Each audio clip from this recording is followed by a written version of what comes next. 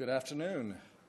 It is my very great honor this evening to introduce Lord Patten of Barnes, the current Chancellor of Oxford University, and to welcome him back to the University of California at Berkeley. We, of course, are clairvoyant about many things in Berkeley, and we knew when we arranged the date of this lecture that we needed someone to interpret the discrepancy between the polls of the last 6 months and the polls of the last few hours. So I won't say more about that now, but perhaps it will come up later. But it is an auspicious day, an interesting day indeed to have Lord Patten with us. But speaking to our relationship as fellow chancellors, though of course the titles are somewhat different in their meaning across the two universities. But recently the Times Higher Education supplement ranking put 6 universities in the top global elite, the top 6. And it was interesting to see that it was, of course, Oxford and Cambridge, Harvard and MIT, and then it was Stanford and Berkeley.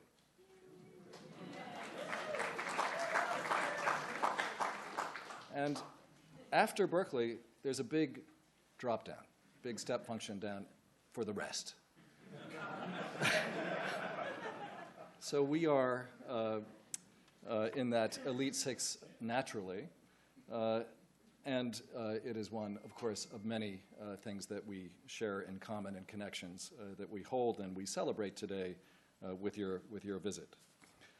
Before introducing Lord Patten, I'd like to thank the Anglo-California Foundation, its 2 trustees who are with us this evening, Brad Barber and Charles Stevenson. Wonderful to have you here. Both are graduates of UC Berkeley, and we are deeply grateful for their role in making the Anglo-American Studies program at Berkeley possible. The Anglo-American Studies program hosts a series of conferences on the historical, social, and political relationship between the two countries. It also awards the R. Kirk Underhill Graduate Research Fellowship. The signature event is this, the R. Kirk Underhill Lecture, which we are launching today. Lord Patten is the ideal person to give the inaugural lecture under this name, a Briton who describes himself as an American philiac, and who has spent time here in this area, and indeed spent a month living just above Gourmet Ghetto, so he knows the delights of Berkeley, even beyond the campus, extremely well. After graduating from Oxford, Chris Patten traveled to New York City to work on the campaign of then-Republican John Lindsay. He's also been a longtime friend of the Institute of Governmental Studies and, of course, of UC Berkeley, as I just noted. Lord and Lady Patten have also traveled to Berkeley with their 3 daughters, and the house swap was with the late Professor Nelson Polsby, past director of the Institute of Governmental Studies and a devoted Anglophiliac. The 2 families formed a close friendship to which, in part, we owe Lord Patten's visit today. Lord Patten has had a long and accomplished political career. He devoted himself to working for the Conservative Party, but we won't make any connections between that and the current election. But he became appointed as the youngest person ever to head the Conservative Research Department in 1974. In 1979, he was elected a member of Parliament for Bath, a seat he held until 1992. In Parliament, he took on several key leadership roles, including serving as junior minister to Northern Ireland and in the Department of Education and Science, and as Minister for Overseas Development in the Foreign Office. In 1989, he was brought into the cabinet as Secretary of State for the Environment, a position that deals with city planning and housing and also the financing of regional and local governments. In 1990, he was appointed chairman of the Conservative Party, where he successfully led his party and John Major to the surprise victory of 1992. He became governor of Hong Kong in 1992 and 5 years later oversaw the return of Hong Kong to China. From 1999 to 2004, he served as the United Kingdom's Commissioner for External Relations to the European Union. As I mentioned, he is currently Chancellor of the University of Oxford, a position he's held since 2003. And in 2005, he took his seat in the House of Lords. From 2011 till 2014, he was chairman of the BBC Trust, the governing body of the British Broadcasting Corporation. And in July of 2014, Lord Patten was selected to advise the Vatican on media strategies. And we hope he will give another lecture about that subject before long.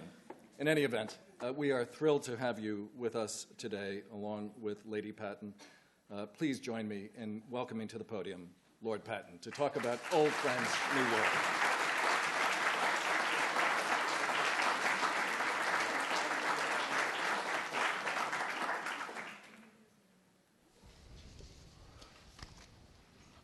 Thank you very much indeed, Chancellor, for those very kind remarks.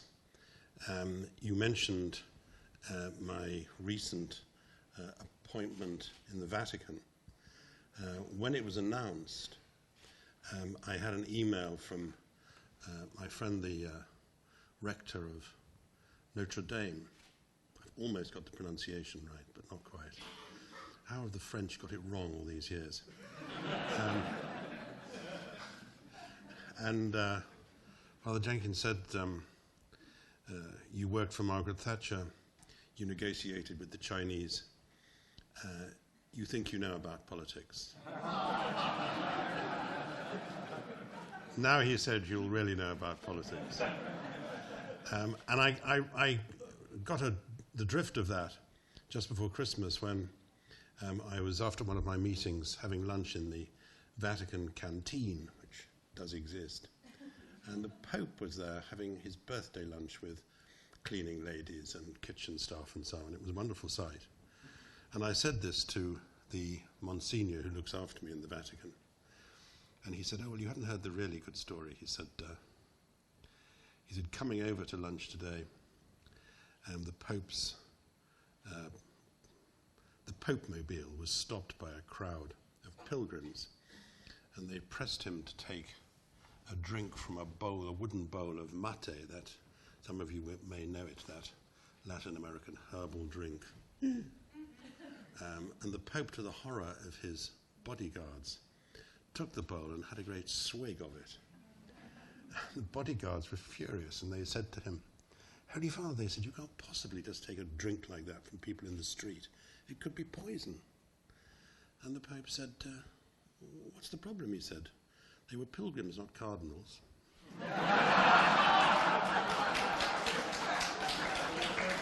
So you see, I'm learning about politics rather late in life, but it is very good to be back at Berkeley, a great university and a great and wonderful city where my wife and I and our children have had some wonderful moments. The United States and the United Kingdom. I first spoke about this subject here at Berkeley just over a quarter century ago. In the summer of 1989, I had recently joined Margaret Thatcher's cabinet as Secretary of State for the Environment. Prior to that promotion, my wife and I had already organized a family holiday in Berkeley with a house swap as a result of my old friend, the late Professor Nelson Polsby, inviting me to give 3 lectures under the auspices of the Institute of Governmental Studies on aspects of Great Britain's relations with the world. The first was on the relationship with the United States, what British politicians like to call, Americans do this occasionally when reminded, the special relationship. Ho-hum. More of this later.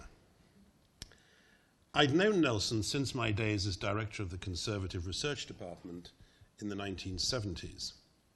He and his wife became friends during a year they spent at the London School of Economics. Nelson would have grown rich if he had been paid $1 every time anyone called him larger than life, which of course he was both literally and metaphorically. He was a great scholar, a magisterial expert on Congress and its arcane ways, and a student of transatlantic relations. He even tried to learn the rules of cricket, the better to understand British politics. As an academic, he graced what we call political science, partly because his approach questioned whether it was really a science at all. While it had method, he was a good enough historian and student of the human condition to know that there was a limit to what all that docketing and enumeration could do to capture the essence of what happens in the world. He understood the importance of the length of Cleopatra's nose. To know how a democratic system worked, you needed to know about the people who were part of it, moved as they often were by impulses more profound than reason, to quote from Borges. And he knew too about what Churchill called the terrible ifs of history.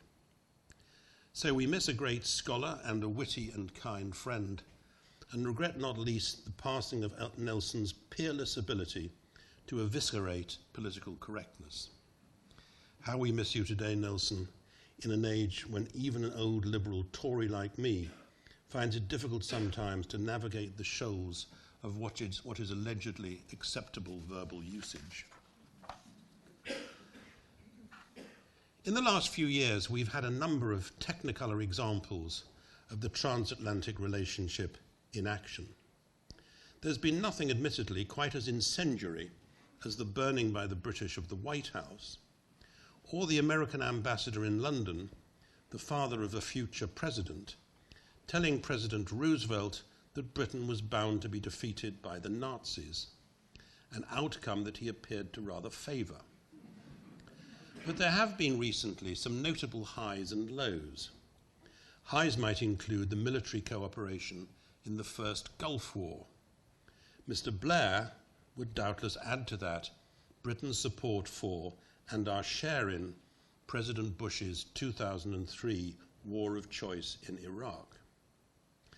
Others would see that as a real low point, an occasion when the servility of an ally helped to do real damage to the stronger of the two partners, as well as to the overall relationship between them.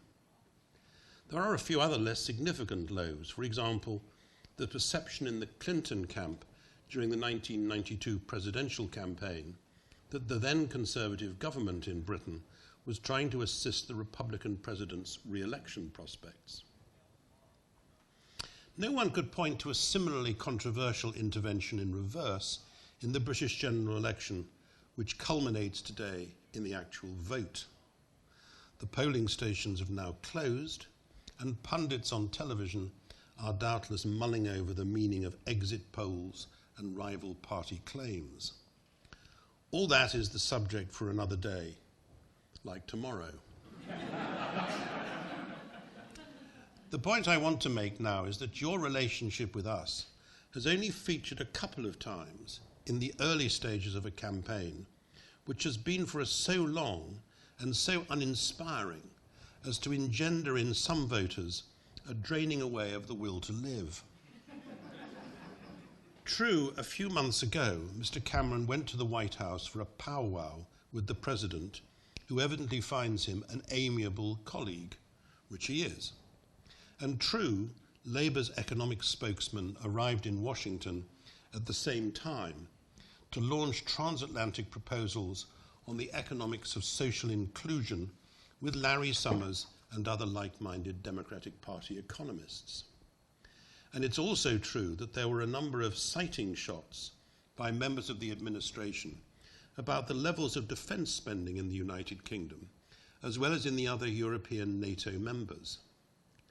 Additionally, there was eyebrow-raising in the White House about Britain's treasury-driven readiness to bend over backwards to accommodate China.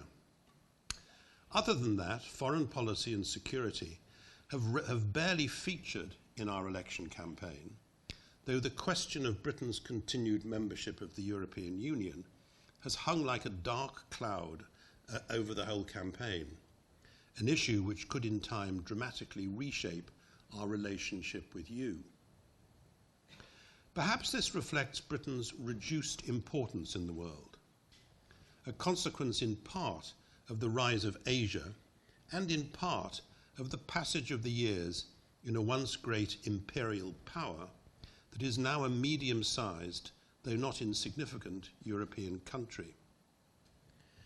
In his beautifully written memoir, the former British minister and friend of Nelson's, William Walgrave, noted that travelling around the United States more than 40 years ago, he discovered that in, and I quote, in most parts of the country, people had barely heard of the United Kingdom.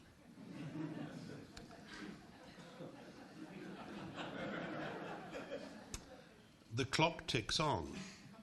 Mr. Cameron matters less than Margaret Thatcher, who mattered less than Harold Macmillan, who mattered less than Winston Churchill. Perhaps a consequence of national downsizing is that what is happening in the rest of the world plays a less important part in domestic democratic debate. But it's a bit odd that when the world appears to be going to hell in a handcart, we've been so preoccupied with our own navals and their NHS-tended well-being. Much of West Asia is embroiled in savage fighting, with a huge humanitarian crisis in Syria and religious extremism threatening disaster on the scale of Europe's 17th century 30 Years' War. The hopes of the Arab Spring have turned to ashes in several countries. Mr. Putin challenges the fundamental principle on which European stability has been based for 50 years, namely that national frontiers should not be changed by force. Violence in the Sahel pushes refugees north towards the Mediterranean and a potentially deadly crossing towards the distant prospect of a haven in Europe. China appears to its neighbours to be flexing its muscles, causing growing anxiety from Tokyo to Delhi. Global governance is in tatters, with apparently a declining international ability to assemble the cooperative alliances required to overcome civil and military challenges. So what should Britain be doing, mindful of what we're today capable of delivering, to assist the United States in confronting these tasks? And how, for our part, do we think the United States might continue to provide the leadership that no one else in the world can offer? On our side of the ocean, aware of the lack of symmetry between US and British power and influence, perhaps we should lay the phrase special relationship to rest with all its associated baggage. Admittedly, we have much cultural and political history in common. A language, sort of anyway, a commitment to the rule of law, democratic accountability, educational exchanges and collaboration, shared battlefield sacrifice, some triumphs of diplomacy, close economic ties. And there are other things less often politically discussed which join us at the hip. The trust that goes with intelligence cooperation and the sharing of nuclear secrets. But there are also echoes of a very different past, attempts to resurrect it, and assumptions about the obligations of a natural friendship which do not, in my view, do you or us much good at all. For the first example, let me quote the most wounding thing said about our geopolitical standing in the post-war world. The great American diplomat Dean Acheson, in a speech at West Point in 1962, argued, and I quote, that Great Britain has lost an empire and has not yet found a role. Like all the most hurtful observations, the pain came, and to some extent still comes, from the fact that what Acheson said is largely true. Though the first British politician to use the term special relationship was the Labour Prime Minister Ramsay MacDonald in 1930, at a time when relations between the countries were quite cool, the phrase is principally associated in all its pomp with Winston Churchill, son of an American mother. He used it first in 1944 and again in 1945, and it undoubtedly stemmed from the relative closeness relative closeness of his personal relationship with President Roosevelt, as well as the wartime cooperation in theatres of war between the two allies against Germany and Japan. He spelt out what was to become the great magisterium of British foreign policy in his Sinews of Speech address in Fulton, Missouri in 1946. It was the speech in which Churchill correctly observed the descent of an Iron Curtain across the continent of Europe, cutting off what in effect became Russia's post-war empire from the West. Churchill's relationship bound together not just the US and Britain, but the US and the English-speaking countries of the British Commonwealth. Of course, as Churchill accepted, Britain was geographically a part of the European continent. We enjoyed deep cultural and historical links with Europe. The rest of the continent was part of our history, and we were part of its long story. Our monarchs had once ruled much of France. Our present royal family was originally German. We had just fought 2 great wars triggered by European politics. After these grim and bloody struggles, we now had a huge interest in Europe coming together peacefully in a federal structure, a sort of European United States. But as Churchill said in his Zurich speech in 1946, we stood outside such political developments. We were, he said, with Europe but not of it, linked but not comprised, interested and associated but not absorbed. Thus was born Churchill's notion of Britain at the centre of 3 great interlocking global rings or circles: Lord of the Rings, Europe, the Commonwealth, and the Transatlantic Partnership. Just as France saw itself for years, and to some extent still does, through the prism of General de Gaulle's worldview, so Britain can never quite extricate itself from the vision of a great warrior leader, born in the Victorian era, who even in the days of decolonisation and the disintegration of the British Empire, still saw Britain as a great maritime power, which he thought was still respected, admired, and listened to in the concert of nations. Events should have taught us other lessons. The Suez Campaign in 1956 proved to be our last disastrous imperial adventure, from which the US, not terribly politely, distanced itself. We tried in vain to make a home outside the European community for ourselves in the European free trade area.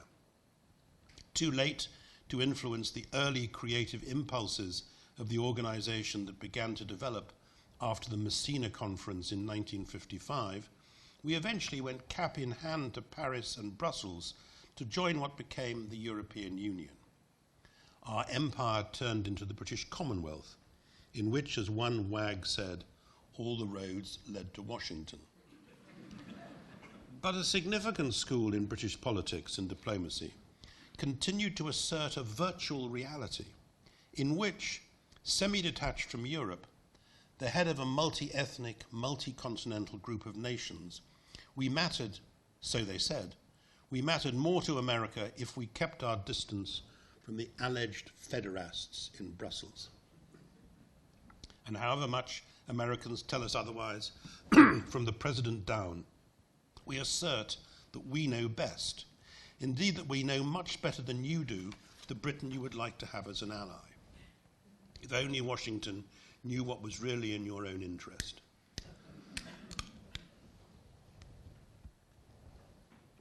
So while politely going along from time to time with our mostly played-out conceit about the world, when it comes to dealing with an actual crisis in Europe, like the Ukraine, the first telephone number President Obama calls has a Berlin prefix. There's a story told about President Giscard arriving for a European Council meeting at Blenheim Palace and saying as he surveyed the great hall in that building, "What a very large house for a very small battle." It was, of course, French. An exaggeration, perhaps. The Duke of Marlborough's success at Blenheim, after all, marked a turning point in the War of the Spanish Succession. But it is a reminder of the value of trying occasionally to see oneself as others see you. So maybe, however much American leaders, President Obama accepted, may covet a bust of Churchill in their office, I don't think many of them still see Britain as Roosevelt or Truman did for much of the time.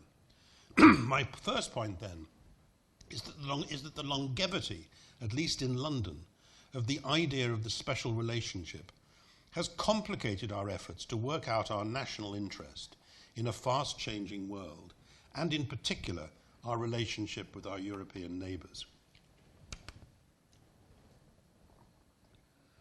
My second criticism of the longevity of this old caprice is that it could get us into serious trouble while not doing you much good, indeed rather the reverse. The best example of this is the relationship between Mr. Blair and President Bush, and in particular the Blair government's endorsement of and participation in the ill-starred invasion of Iraq. We have been awaiting for some time in Britain the report of the official British inquiry into the build-up to that war, the subterfuge, the exaggerations, the sleight of hand, the legalities and illegalities, maybe even the careful mendacities.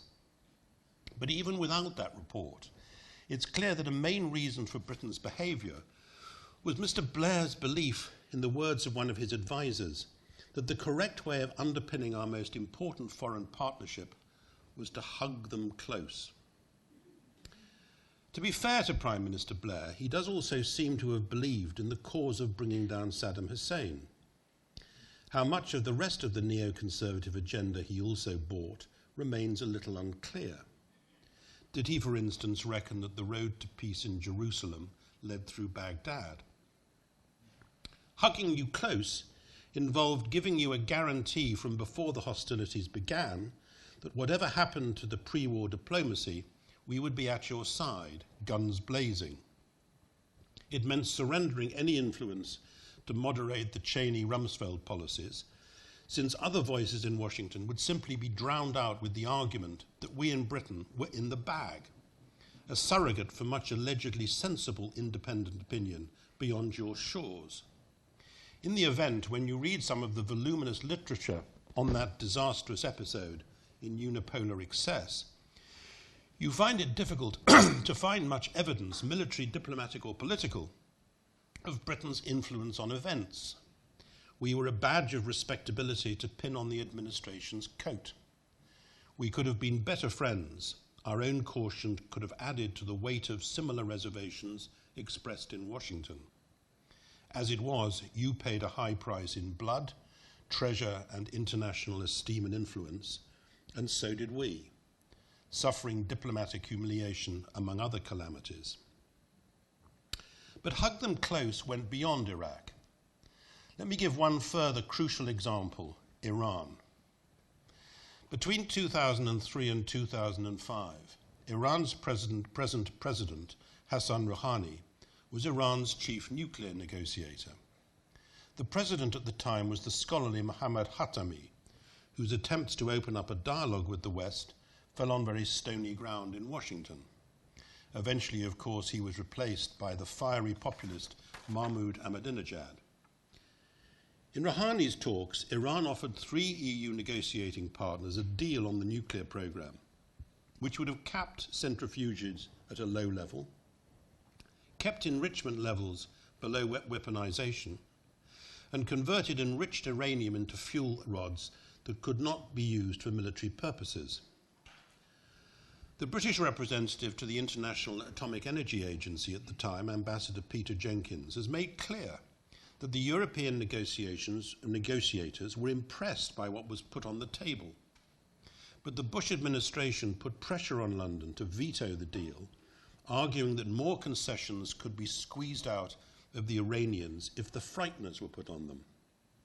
We know what happened. The recent negotiations started, and I hope will conclude, but way beyond what we could have achieved a decade ago. So much for close hugging. It was not always believed that hugging had to carry such a high price. British Prime Minister Harold Wilson bobbed and weaved to escape President Johnson's embrace and his entreaties to commit forces to the Vietnam War. Moreover, much hugging came without any sacrifices at all, often involving little more than a patronizing assumption that we could give wise advice as an old, now mostly retired top dog to the world's new superpower. Playing, as Harold Macmillan suggested, Greek advisor to your Rome, forgetting, which Harold Macmillan shouldn't have done since he read classics at Oxford, forgetting perhaps that the Greeks in question were usually slaves. Or to take a literary example, acting as Jeeves to your Bertie Wooster. Overall, we tried to play the role of Washington's subaltern, transmitting, explaining, and where necessary, justifying Washington's purposes to the lesser breeds, like our European cousins. But a condition for playing this role is that when called upon to give advice, it is smart advice. Confucius noted that the worst thing that could happen to a ruler was to be given bad advice by courtiers who were simply telling him what they thought he would want to hear. What would I hope for from my old ally across the pond if I were part of the American political establishment? First, as American politicians and businessmen keep telling us, that we would remain members of the European Union. Rather more than this, we should chuck our present semi-detached status and try to take a leading role in shaping the sort of European Union that could play a more confident and effective role in the world. This would not only be in the American interest, but above all, in our own. When Britain joined the European Union, a main motivation was the recognition that we would find it increasingly difficult to manage on our own in the world. With the loss of our empire and post-war economic problems, we had become more aware of the perils of being outside Europe's common market. In the early 1970s, when we rather reluctantly made these decisions, Britain as an independent trader was responsible for about 8% of the world's total exports and imports. Today that figure has fallen to about 3.5%, a reflection of the rise of other economies, not least in Asia. It would be breathtakingly bold to argue that we were better placed to stand on our own today than we were 40 years ago. Within the European Union, we're certainly big enough to matter in a world where the emerging markets are responsible for an ever larger share of global output. Membership of the European Union has not inhibited our export performance in the world outside. We're just not as good exporters as we should be. As a share of GDP, we export less to emerging markets than any other G7 country, and we don't compare very well with the Eurozone countries as an exporter to China. If we were not always grousing and pleading for special favours near the EU exit, we might be rather better in pushing a reform agenda that would suit Europe, suit us, and suit our partners. We're not members of the Eurozone and will not be, in my view. But it will be to Britain's benefit for the Eurozone to be able to put its recent turbulence behind it and resume growth. As enthusiastic members of the single market, we'll benefit if we can persuade our European partners to do more to complete the market. It's sometimes suggested that we could continue to benefit from access to that single market without being members of the European Union. The example of Norway is cited. But the truth is that if you want to enjoy the benefits of the single market, you have to pay the cost and accept the rules, like freedom of movement. There's surely nothing to be said for following the rules of the club without being able to set them, which is, for instance, Norway's position today. That seems to me a diminution, not an increase in sovereignty. Some advocates of British withdrawal from the European Union suggest that Britain needs us so much, suggest that Europe needs us so much that we could secure a deal pretty much on our own terms, outside the European Union, but able to pick and choose which benefits to receive. Dream on. Why should we assume that Europe would bend over backwards to help a country that had just damaged the whole European Union? They give, we take. Unlikely, I think. More to the point, the balance of economic advantage is heavily in our favour at the moment, not in that of the rest of the European Union. Our exports to our European partners represent 14% of our GDP.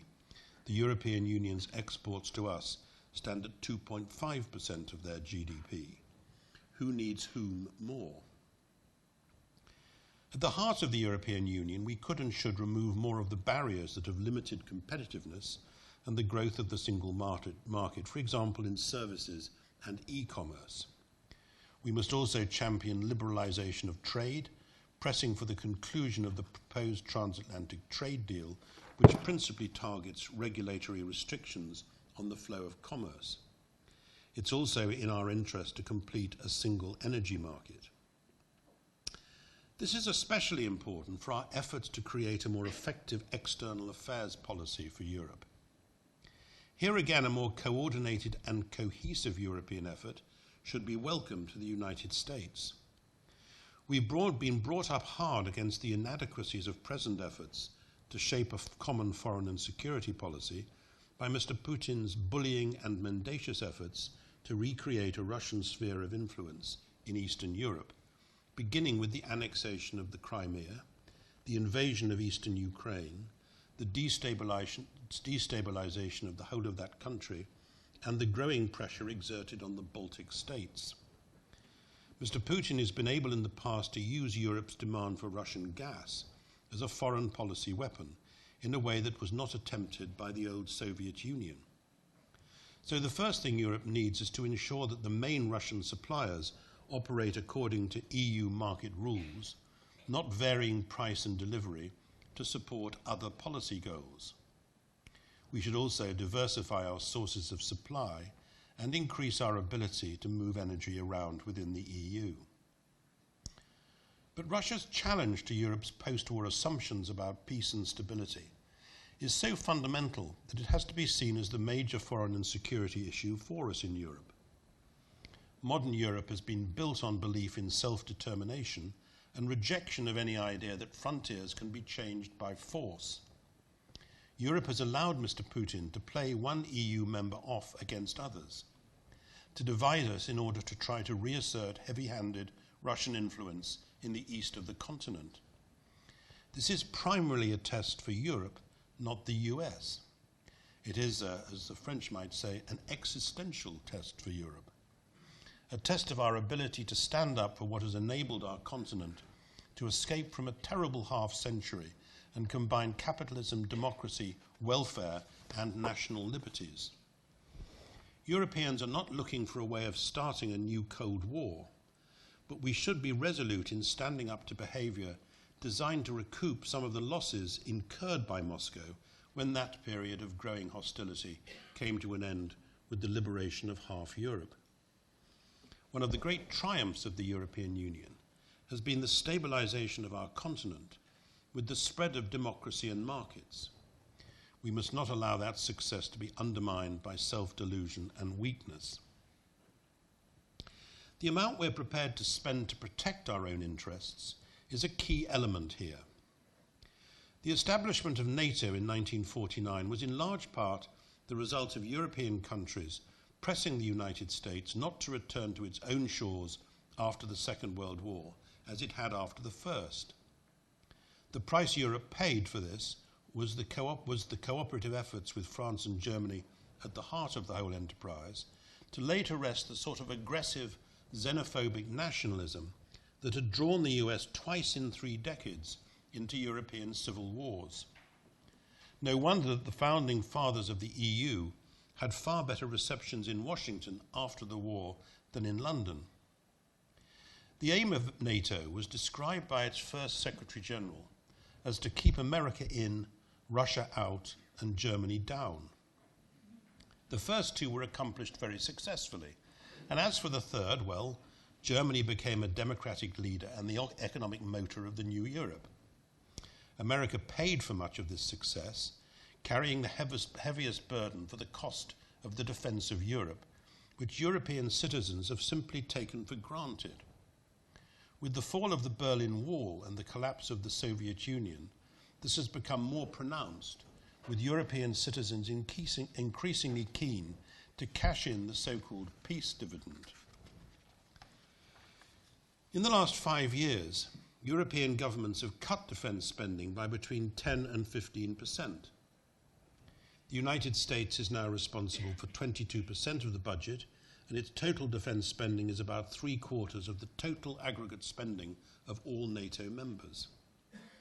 Defence spending by Asian countries is now greater than in Europe, with the Chinese defence budget in particular increasing by double-digit amounts for about 2 decades. A few years ago, a Danish politician advocated replacing his country's armed forces with a recorded message in Russian, "We surrender." It sometimes seems as though some NATO members may be taking that seriously. Belgium, whose capital city hosts the NATO headquarters, has armed forces described by one presumably unfair critic as an extraordinarily well-armed pension fund. In an attempt to set a floor for national defence budgets, NATO members agreed in 2002 that they should spend at least 2% of GDP on their armed forces. This was below the average figure for NATO's European partners of about 2.3% in the 1990s. But today's average is actually 1.5%. French spending has recently fallen to 1.9%, and Germany's is down to 1.3%. Of the large countries, only Britain is spending at about the target, and this figure is set to fall. At last autumn's NATO summit, the British Prime Minister led the efforts with President Obama to get NATO members to commit themselves once again to 2%. Yet oddly, during the British election campaign, Mr. Cameron's Conservatives refused to commit themselves to standing by this figure. Admittedly, the UK has the largest EU defence budget. Nevertheless, it's curious to press others to commit to a target, but to decline to accept it oneself. On his last visit to Europe as Defence Secretary, Robert Gates noted that there was likely to be dwindling enthusiasm in the US for spending large numbers of dollars to help defend countries that were not prepared to do more to safeguard themselves. With a rampaging Russian president and with growing jihadist violence in the Middle East and Africa, this is surely a time for spending more on Europe's armed forces, not less. This should be the lead that Britain gives its partners. Alas, it is keeping its head well below the parapet. It's clear to me what sort of partner the US should want Britain to be, but what of the role that Britain should want the US to play? The first thing to be said, and it may be uncomfortable for some to hear the message, is that the United States is still the only country that matters everywhere on pretty well every issue. Without American leadership, or at least involvement, nothing much gets done. America cannot go home. It may be regarded as bad luck for you, but there it is. There is, I know, a long tradition in the US of jeremiads about decline. And it's true that the global economic policies that the US above all championed after the Second World War, especially the opening up of markets, helped others to grow extraordinarily fast. In one 15-year period, China's exports to the United States increased by 1,600%. Thus the case for talking about the US emporium, not the US imperium. When other larger countries joined the world economy, their shares of global output inevitably increased. On my first visit to the United States in the 1960s, the US share of global income was about 37%. Today it's just over 20%. China will soon be, indeed may already be, the largest economy in the world, as it has been for 18 out of the last 20 centuries. Does that mean that the US is in decline? The third world has turned into what we now call emerging markets, within the broadly capitalist free trading regime put in place in the post-war period. in terms of wealth per head, none of the emerging markets, certainly not China, is going to rival the US. China may be able, indeed it is already able, as are others, to shake the existing world order, but it can't create a new one. Indeed, even in combination, the emerging markets are better able to stop things happening than to create a new reality. This is partly because of the divergence of their agendas. Look at what happens in trade talks. They're all over the place.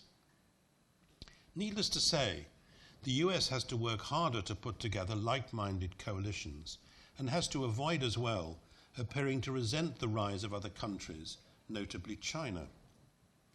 Existing international financial and economic institutions should be adjusted, should already have been adjusted, to take account of changes in relative economic strength. In addition, the US has to prevent legitimate concerns about China's behavior over security issues in its region, luring it and the rest of us into what is called the Thucydides trap, so called because of that writer's history of the war between Sparta and Athens, a big status quo power slapping down a perceived rival. China has legitimate national interests. They should not be allowed to dominate their region or to overwhelm the rules of civilized order, which have ensured peace for some time in Asia. This is not an easy hand for the US to play, and America's allies should cut Washington some slack in coping with a great country whose quantitative impact on global affairs far exceeds its qualitative impact. Frankly, China today punches below its weight. It often seems to your friends that the excessively partisan nature of political debate and governance in the US makes it more difficult for you to negotiate the journey from unipolar arrogance to more inclusive leadership of cooperative ventures. Add the vilification of consensus building in some parts of the political establishment to the way in which your revered 18th century constitution appears to have bequeathed more checks than balances, and it's no surprise that some question whether the democratic system is really the best way to govern a country and cope with its domestic problems and international challenges. Democrats are in favor of regional and global institutions but dislike free trade. Republicans favor free trade but hate the institutions and international agreements needed to underpin it. Many Republicans still appear to share Mr. Cheney's and Ambassador Bolton's worldview, denying the lessons of Iraq and rejecting the notion that America should accept that the rules that America helped to create for others should apply as well to US behavior. This has done immense damage to the US's standing in the world. Many American politicians as well appear to be happy to give a green light to whatever Mr. Netanyahu wishes to do, regardless of its likely impact on Palestinian and Israeli security, or even on that of the rest of the world. These are not insurmountable obstacles, as President Obama seems to have been attempting to demonstrate over trade and Iran. It's just a pity that they make the conduct of foreign policy and the acceptance of the burdens of global leadership so much more onerous. America needs a UN system that works better. It needs an international rule book that is more likely to be followed if Washington follows it too. It needs partners committed to the rule of law, pluralism, accountability, free trade, and the understanding that so many problems that challenge nation states today can only be tackled successfully by working across borders and by accepting limits on that slippery old concept, national sovereignty. This opens up a much wider debate, which I think should be at the heart of the discussions between the United States and your transatlantic allies in Britain and the rest of the European Union. What do we believe in the democracies of the West is the relationship between foreign policy and human rights? Should it be a Western objective to spread democracy? Can it ever be done effectively, let alone ethically, by force? What are the limits on national sovereignty, and do we still buy into the principle of the responsibility to protect? Should America accept or simply try to share the responsibility for standing up to threats that others prefer to ignore? How much should the United States allow its own diplomatic, economic, military and political weight to shape the answers to these threats ahead of or regardless of the opinions and sensitivities of others? Like most of America's friends, I'm not uncritical of a country that I love, a country that we all need. And there's the rub. Maybe we've reached one of those moments in the history of our planet, accompanying a shift in economic power, a moment when everything spins off in a new direction, certainty shredded, direction as yet unknown, bloody Darwinian battlefield, or a new understanding of how to muddle along more or less amiably together. If that is so, and even if nothing so dramatic lies ahead, I'm certain in my own mind that we shall need your hand on the wheel as often as possible. It's a lot to ask. I'm afraid it goes with the territory. You can't disown your duty. There is only one superpower, and that is you with, I hope, more intelligent and dependable help from us. Thank you very much.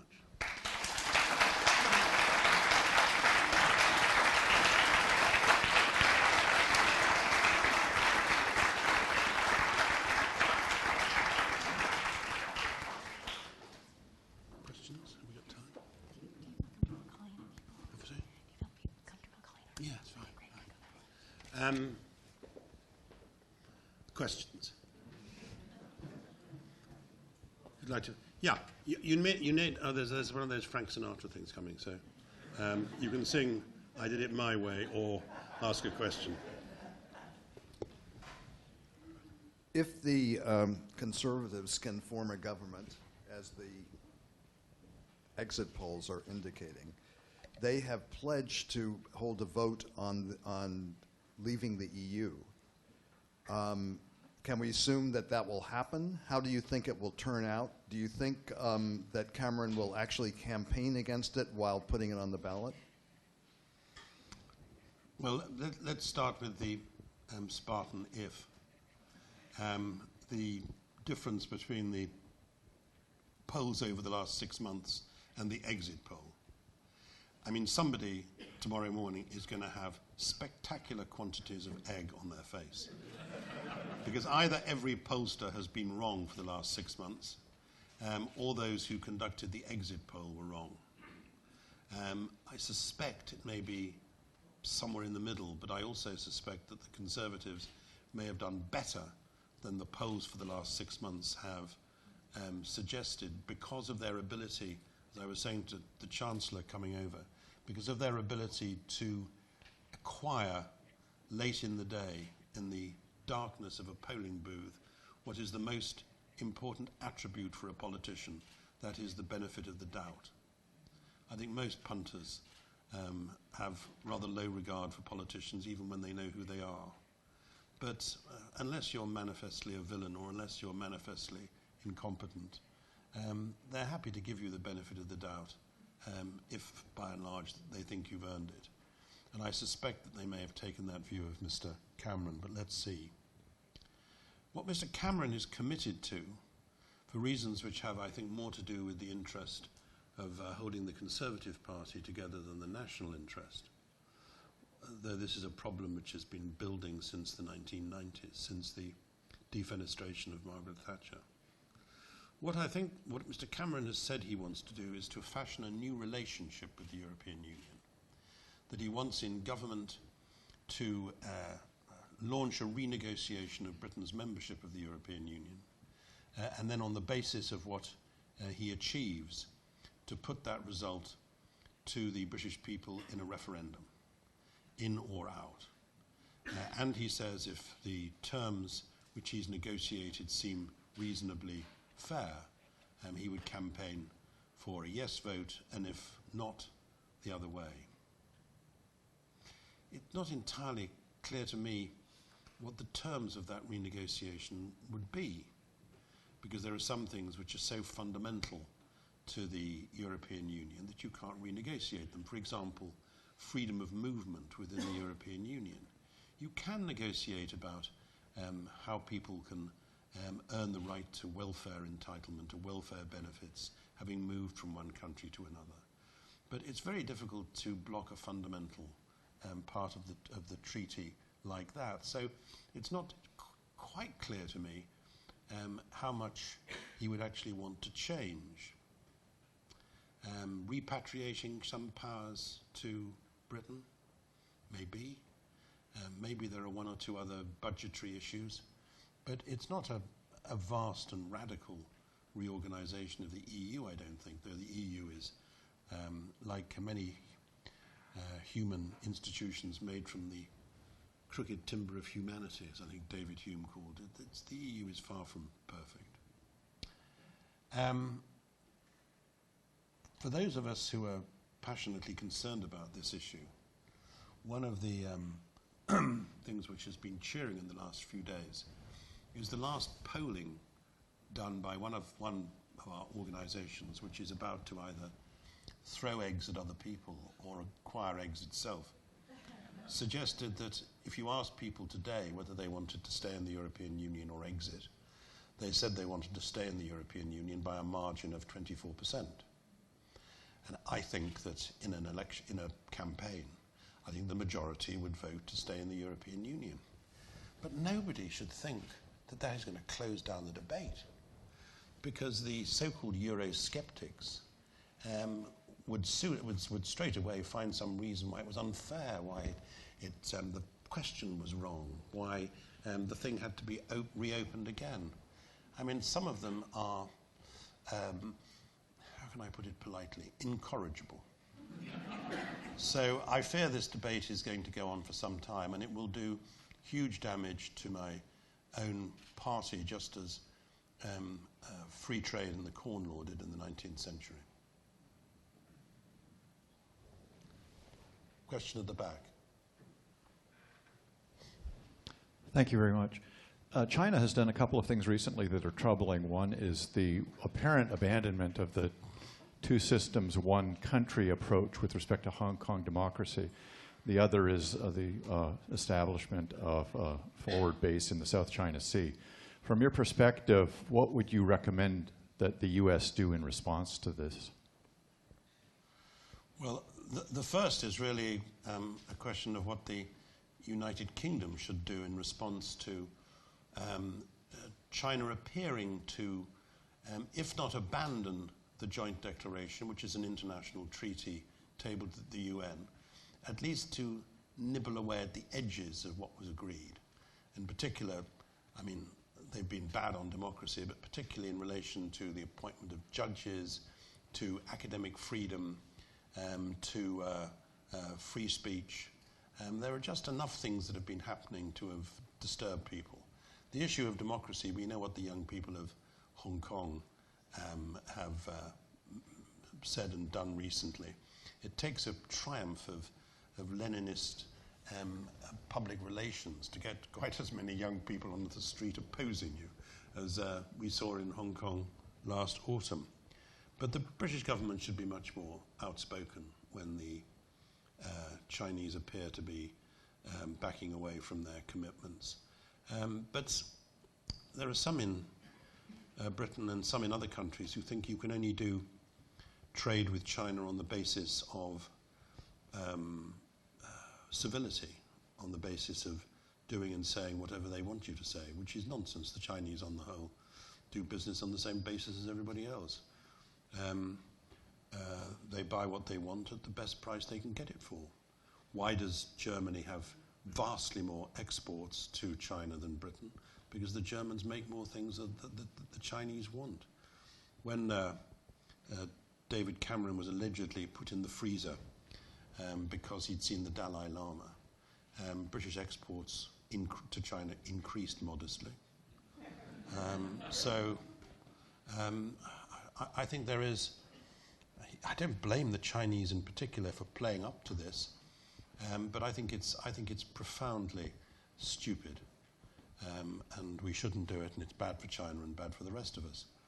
On the Chinese behavior in the seas around its shores, I think that is troubling, and I think we should work with Japan, India, and others, not to try to contain China, but to try to encourage China to take part in the sort of confidence-building measures which would encourage its neighbours to the view that it wasn't trying to nudge them into acceptance of its own geopolitical and economic interests. The building of bases in the sea, the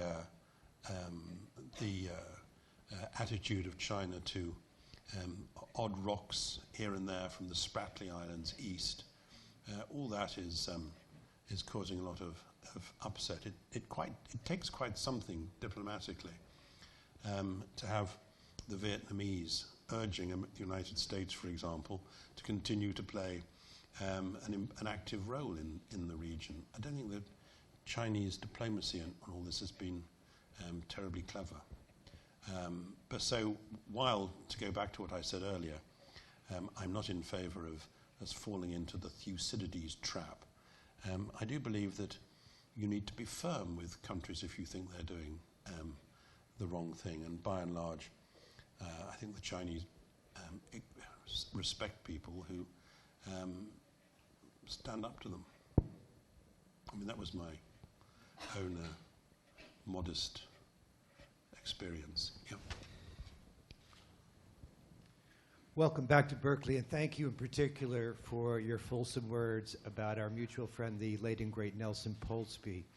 I don't know if you noticed as I did, but there is actually a mistake in your bio in the program, and also in Chancellor Dirk's introduction of you, both of which said you had served as the United Kingdom's Commissioner for External Relations in the European Union.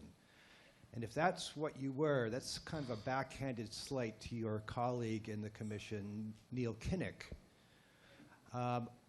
I understood that both of you took an oath of independence after you were appointed to those positions.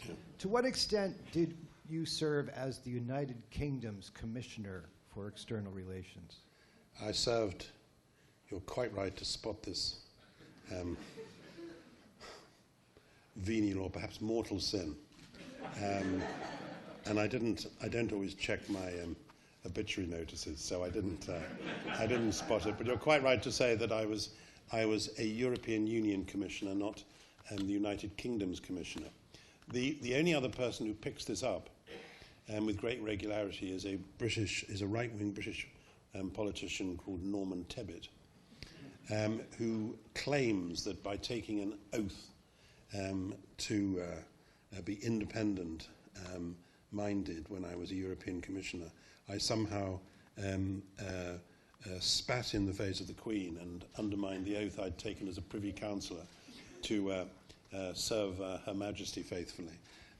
So it is, as I think Muriel Spark once wrote, it's one of those issues which deserves the portmanteau phrase for people who like this sort of thing. This is the sort of thing they like, and it's an important distinction.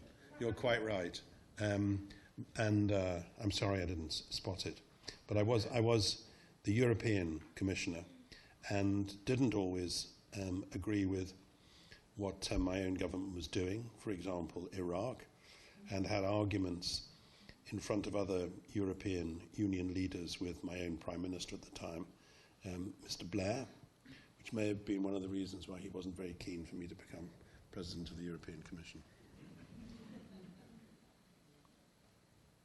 Another question? Last one? Yeah, there's one. Well, one here. We can do the two. Have we got time to do two?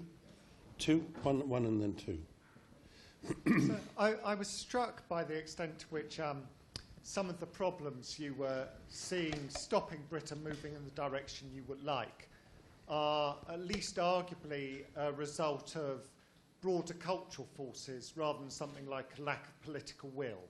So you think of something like the rise of UKIP as a reason why it might be hard for Britain to be more pro-European.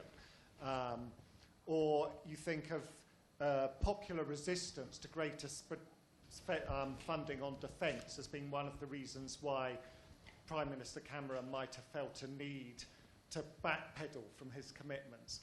And I'm wondering if you think in that context that there's been a falling off of the willingness of politicians to confront public opinion and try to alter it and try and transform it by taking a leadership. And I'm wondering if you think, compared with Thatcher or even Blair, who was perfectly willing to be very unpopular over the Iraq War, what we see nowadays, really starting with the coalition and building up, is a much greater tendency to just try to follow public opinion wherever it's going.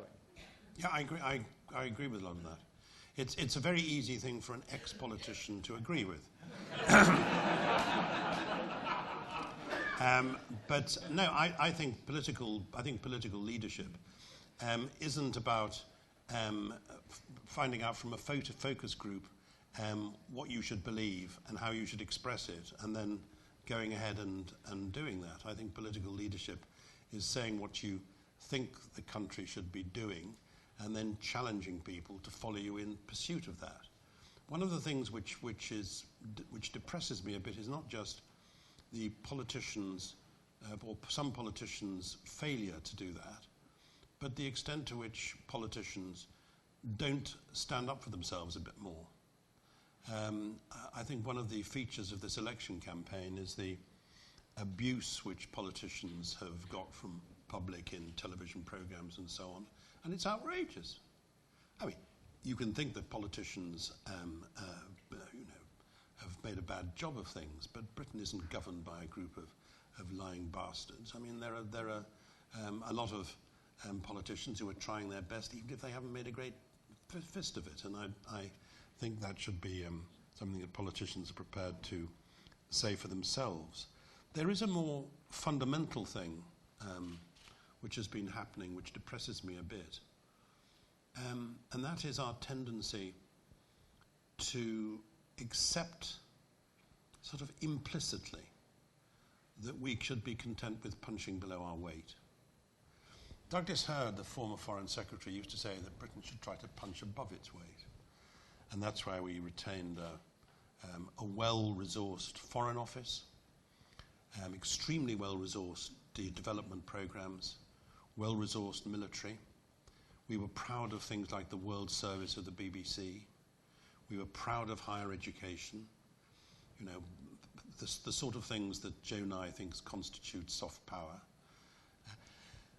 We were hugely proud of our cultural institutions. We've sort of been rowing back from an awful lot of that. We've still got very well-resourced development assistance programs, but we've cut, if you include what should have been the resources which arrived when the BBC itself had to take over the costs of the World Service. If you count those in, we've cut the Foreign Office budget by 30% in the last 5 or 6 years. We're squeezing public service broadcasting to the international community at the same time as China and Russia are pumping money into that. We have, I think, made it more difficult for our universities to recruit the best because of our attitude to visas and to immigration. We have, as I said, we're committed to continue to cut defence spending. And I think all that's rather a worry. And I think that people should be prepared to stand up for us politicians should be prepared to stand up for us spending more money on that aspect of our relationship with the rest of the world, and not arguing that everything can be justified principally by how much money you put into welfare benefits or to the National Health Service. You see why I'm not a politician anymore. Last one.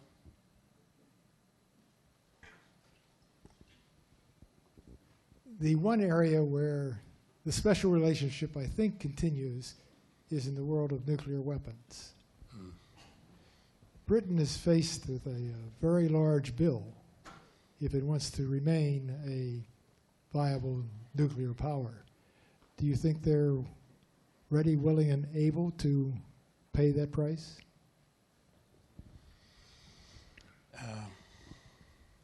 Well, both the main political parties in the election campaign made it clear that they were prepared to pay that price. Though there is some argument about whether you need to have enough nuclear submarines so that there is always one on duty, that is under the water, waiting for the challenge to destroy Moscow or St. Petersburg or wherever.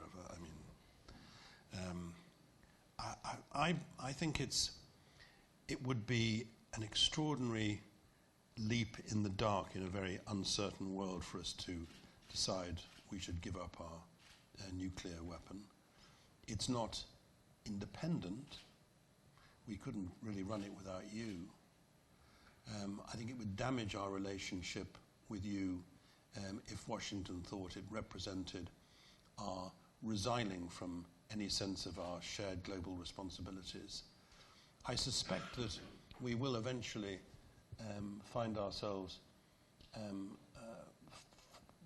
just finding a cheaper way of retaining a nuclear deterrent. And I would wish, you can imagine the trouble this would get me into back home, I would wish that we could find some way of sharing rather more our nuclear capacity with France. We share quite a lot of nuclear research with France now, but just as we should probably be signed up for a single seat in the UN Security Council, so I suspect we should also be looking for ways in which we could cooperate much more in high-tech military operations and in the nuclear field. So I don't think anybody's going to give up the nuclear weapon in the short term. My bigger worry is us spending too little on other aspects of our defence forces, which will certainly happen unless the government makes a substantial commitment to changing course, and that would be very sad, because frankly, we're rather good at it. I wish that the French would also spend a bit more.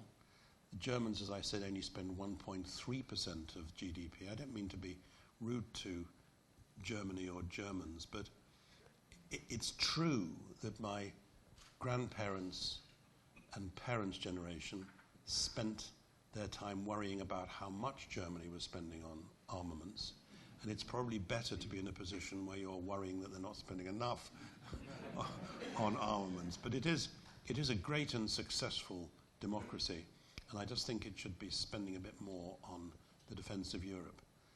But that said, Mrs. Merkel is undoubtedly the senior European leader, and in relation to Ukraine, she's the one who's made consistently most sense and has behaved with the greatest courage. So I'm not being too hostile to Germany.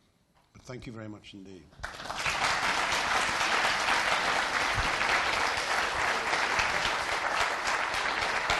Thanks very much.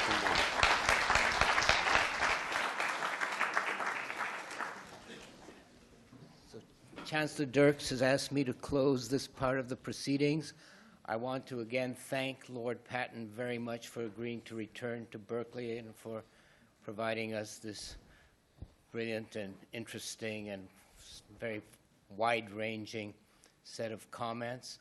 I'd like to thank Chancellor Dirks very much for issuing the invitation on behalf of the university, on behalf of the Institute of Governmental Studies. I'm sure that was pretty instrumental in getting Lord Patten to come and visit here, and he's been working overtime. He is going to give an interview to Harry Chrysler tomorrow, Conversations with History. He's going to lead a seminar on the British election. So we're very, very grateful to you for doing all of these things.